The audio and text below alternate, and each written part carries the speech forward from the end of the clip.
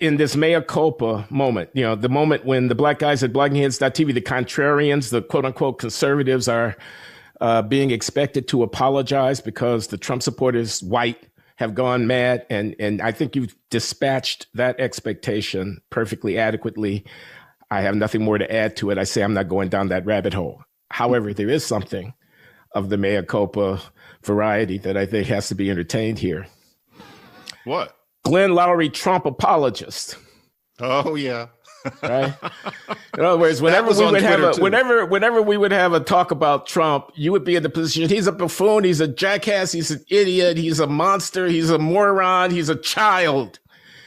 And I would be saying something like, well, wait a minute, John, you just, I know you live wherever you live in New York City, and you got to maintain your viability within your social circle. And, so you have to spout these kind of things. But I mean, how can he be so stupid if he's been so successful in his political career? And how can, and I'm giving the man the benefit of the doubt. He is the president. He has tens of millions of people who believe in him. He's their tribune. Have some respect for them if you don't have any respect for him.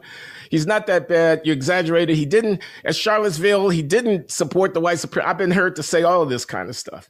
Okay. Now, there are many people, I don't read Twitter as much as you do, but I couldn't help but see this. We're saying, see there, Glenn Loury, you were dead wrong about Trump, and this is a cost to the country. I told you there are many never Trumpers who said he was unsuitable to be in the office. He was unfit for the office. His characterological flaws disqualified him from the office. There are many people like Andrew Sullivan who said that his election was an existential threat to the integrity of American democracy, or words to that effect. And here we are now with our democracy on edge, to be sure, in substantial part because of the actions of Donald Trump in the face of his defeat. And a person could well say to Glenn Loury, see there, I told you. See there, I told you. They could. This is blood. You got blood on your hands indirectly, because they might even be thinking about deplatforming me. They might be thinking about putting me on that enemies list, because there are enemies lists being drawn up even as we speak. You know that, don't you, John? You mean a list of witches, right? Yeah. Yeah, witches, man. Senators, U.S. senators, state reps who might have said something on the floor of their particular state's legislative house where it was supportive of Trump. Lawyers who people are going to say should be disbarred. I wouldn't want to have any significant investment in Rudy Giuliani stock at this moment, if you see what I'm saying. Yeah. And that enemies list is going to extend. People are scrubbing their social media files, not me. I can't anyway. There's no way I could scrub all my pro-Trump apologetics off of my Facebook, Twitter, YouTube, and other accounts. I'm out there. And there are people scrubbing files, and there are people combing through the files, trying to find incriminating evidence. People are losing their jobs. That's another thing. I don't recall any African-American, I could be wrong, tell me that I'm wrong, whose employer fired them because they could be facially identified in a photo of people surging at the police barricaded, or in a crowd that got unruly and arson broke out, or where bricks were being thrown at police officers and a person was seen in. I don't remember any such person being fired. A lot of them probably got promotions. Yeah. Fired from their job, or in other ways having their livelihood interrupted because they were seen to have participated in the protest. And if they were, they would have been a cause celeb around whom would have gathered the entire liberal establishment of this country to assert correctly their right of freedom of speech and freedom of assembly. This is not excusing anybody who's actually committing criminal acts. I'm just saying being a part of a demonstration, marking you as somehow unfit for employment or association. I don't remember that happening in the case of the race riots in the summer after George Floyd was killed. But it's happening now, and it's going to happen with a vengeance. People are making open political statements. Let's not forget. We must never let them forget. We must scar and mark them forever. If they did what? If they said they thought that there were irregularities warranting significant investigation in the 2020 election. Mind you, now, I'm not saying that. I'm just saying a person could say it. Mm-hmm. That's not seditious. It's not seditious to wonder whether or not irregularities ought to be investigated in an electoral process. There are irregularities all the time in elections, et cetera. I'll stop, because if I continue to talk in that vein, I'll be marking myself as one of these rebels or one of these people who have no respect for the Constitution. But we've gotten to the point now where even to raise a question of that sort is career threatening for people, and I don't recall that as having happened before. But let me not mince words. And I know I've been talking for a while, John. I was wrong about the threat that Donald Trump posed to American democracy.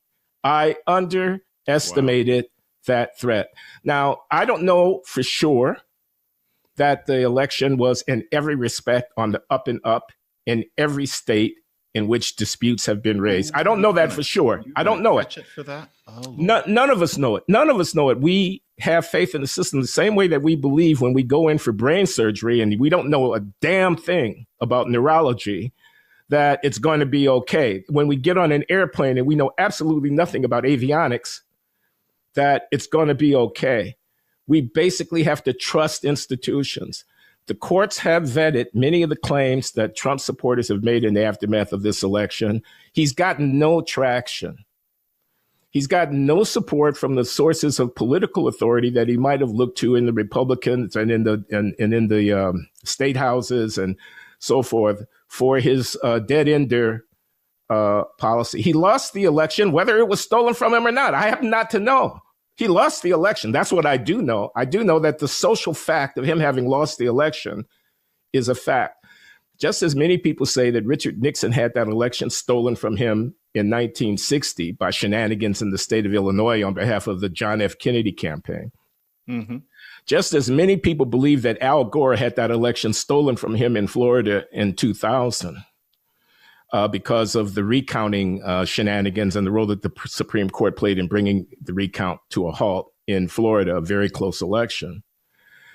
Those guys lost those elections in the sense that to have continued to persist in objecting to the electoral outcome would have despoiled American democracy, and they were sufficiently civic-minded enough to stand aside. Trump should have stood aside. If they stole it from him, they stole it fair and square, and it was stolen. There was nothing that could be done about that. Nothing good could have come of his persistence in the path that he chose. Nothing but destruction could follow from him having chosen that path. I don't believe, and I'll say this, that Trump, in the remarks that he made before that crowd descended on the Capitol, incited insurrection. I think that that's hyperbole. But he certainly played with fire, and he ended up getting burned by it, and the country even more badly burned. And a bigger man, I'm saying it now, can you hear me? A bigger man would have stood aside and accepted the outcome in the interest of the country, regardless of the doubts that he and his people may have had about it. Perhaps there should have been a commission to investigate whether or not the move to mail-in balloting in the scope and extent that occurred because of COVID posed threat to the security of the election in such a way that one wants to consider whether or not to adopt that as an ongoing way of carrying on elections. That's a perfectly legitimate thing to investigate. But tying that to holding up the inauguration of Joseph Biden and Kamala Harris, tying that to the resolution of this essential right of American democracy and asking for extra legal, even Mike Pence couldn't be persuaded to go along, means to be employed in order to stop the enactment of the natural processes of American democracy when you do not have the evidence on your side to justify your perhaps legitimate suspicions. That was an act of a destructive and ill-considered act of narcissism and personal aggrandizement at the expense of the republic, and it deserves to be condemned. I was wrong. Glenn, did you really not see this nature of him before? You know, consider also the lack of remorse since then. I mean, this is a truly narcissistic, empty, heartless being. You didn't see that until now? This is a genuine question. Now that we have to, I'm sorry that you invite us to rehearse what I said, but let me just say what I said. I said Trump's personality is a second order issue. Mm-hmm. I don't know how intelligent he is. You're convinced he's stupid. I don't know if he's stupid or not. How stupid could he be? You say he's venal and you say he's a child. I say all of this ad hominem about Trump misses the point that large forces are at play in American democracy. The tectonic plates are shifting. It's the kind of thing that Michael Sandel talks about in his brilliant new book, The Tyranny of Merit, where, I won't go into the book. I'm going to discuss it with Michael at some point in the future on the Glenn Show here.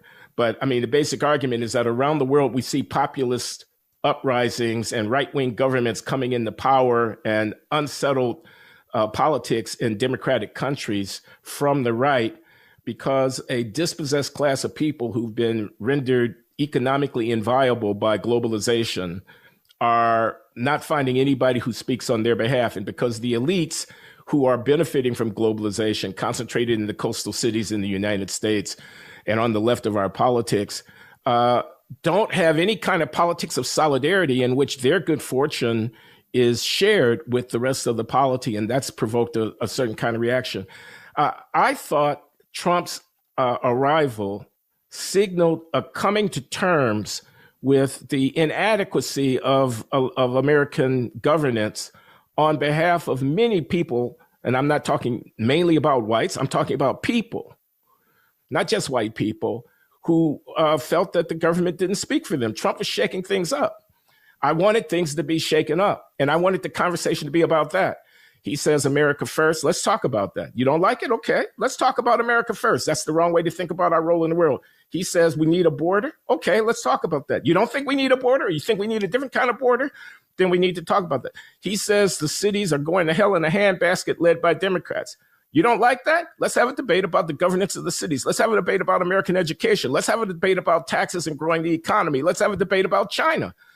Let's debate those things where Trump is shaking things up. I like that things are being shaken up. I didn't really trust the settled establishment of Democratic and Republican elites who kind of govern from the center of American politics. I don't like political correctness. I don't like cancel culture, et cetera.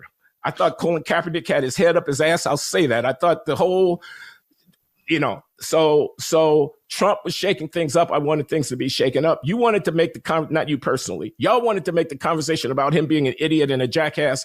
I wanted to make the conversation about the tectonic plates of American political economy shifting below our feet. In which way should we be trying to go? Trump will come and Trump will go, but the underlying structural problems will remain with us. Let's not waste our time talking about Trump. That's what I thought. And I'm saying I was wrong, okay? Yeah. I'm saying I underestimated this thing that my friend Stephen Tellis, the political scientist, and I'll stop, John, I know I'm going on for a long time, is always saying, which is that the institutions require, in order to function, not just de jure, not just the law, not just the rules, but also the spirit. People who occupy office have to come into that office because they have so much discretion. So much is secret and beyond what we can see in the newspaper about what's going on. So much depends upon the mood and tone and intent and so on, that we need good people of character holding these offices to complement the good institutional structures in order to produce good governing outcomes. And what disqualifies this guy, says a guy like Stephen Tellis, who wrote a book about the Never Trumpers, a very sympathetic book about the Never Trumpers, is that he doesn't have those qualities of character, which are a requisite concomitant to our rules, 3 branches of government, a constitution, et cetera. There's a lot of stuff that's just custom, a lot of stuff that's just, you don't do it. We don't do it like that. That's not how the way we do it. He was running afoul of all of that stuff. And Steve and many others were alarmed by the fact that a loose cannon, untethered by convention and by respect for tradition, would maybe bend the rules to a way that was never intended, or in other ways find a way of subverting the rules on behalf of his own ambition. And I poo-pooed that. I said, nah, character schmaracter.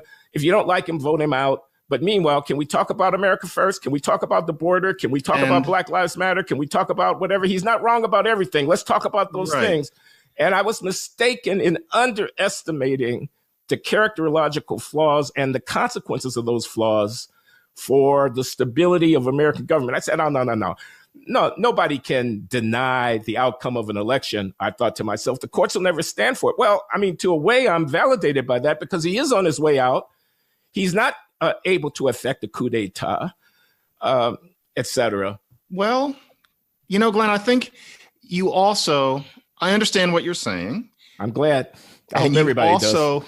You had a hope for debate that reveals you as in some ways less disillusioned than I am, in that I think we've seen over the past 4 years that there was no way to have that debate that you're talking about with educated America, because educated America's religion is anti-racism. And so 2/3 of what anybody wanted to say in response to anything Trump said was, look at the ways in which he's a racist. Here's how we show that he's a racist, even if he doesn't use the N-word, et cetera. That is most of what people wanted to talk about. There were people talking about his character, et cetera, but the debate that you were looking for. And I remember, when we would talk about the wall and the debate that one might have, when we were talking about the cities and the debate that one might have, it would require, for example, maybe Biden to get people to talk about things like that without being focused on smoking out the racism in the messenger. Because when you have somebody like Trump with all of those dog whistles and sometimes, just outright yelps, that was all anybody was going to want to talk about. And so there was no debate that was going to be had. But what moves me about these people is you're saying, they're running up the steps. They believe that the election has been stolen. And the simple fact is that it's clear that that's not the case. If that's the case, then a bunch of very sophisticated and talented people have been doing some really top quality hiding and skullduggery. The facts are clear, and yet it's obvious that nothing would convince these people. And what that means is, and here's where I get boring, they're religious too. Trump has attracted a religious cult around him. That's a lot of this QAnon stuff. And these people can't be spoken to. And what I saw in the people running up the steps, convinced that this election is stolen in the face of simple fact, not to mention, intuitiveness and common sense, was not people who aren't Black and therefore aren't being killed. That wasn't what I saw when I saw the first footage. What I thought was these people and the hard woke left are variations on the same thing. If you really think here in the middle of this January that the election was stolen, you are impervious to fact. You are using a whole different part of your brain that evolved among hunter-gatherers 300,000 years ago. If you really believe that every problem that Black America has reduces to something called racism, and you take that word and you massage its definition to the point that you can use it to quote unquote explain everything, or to pull the camera back, if the way you look at what goes on in the United States is that everything is about the oppression coming from a cis heteronormative hegemony. The idea being, there's a whole book that's actually defending looting. It is the first name of the person is Vicky. I forget her last name. She had a piece in the New York Times to this effect. Yeah, there's a whole book in defense of looting. The idea, cis heteronormative hegemony. If that's the way you look at things, and I'm not singling her out, that's religious too. You've got it all figured out based on a very small package of observations. It's the same thing. The question here is, what creates this religious kind of thought? What makes it attractive? And as I've said, part of it is that you like belonging to a group. Part of it is that it feels good to have things figured out. It's not that the people are just stupid. Not that many people are stupid, but it's a phenomenon. I saw people running up the steps and I thought, these are the same people as the ones who, at various places in Boston University are chasing people out of their jobs based on the idea that they are not battling the cis heteronormative hegemony enough. Seeing this sort of thing all over the country. It's the same thing. It's just different beliefs. What you choose to coalesce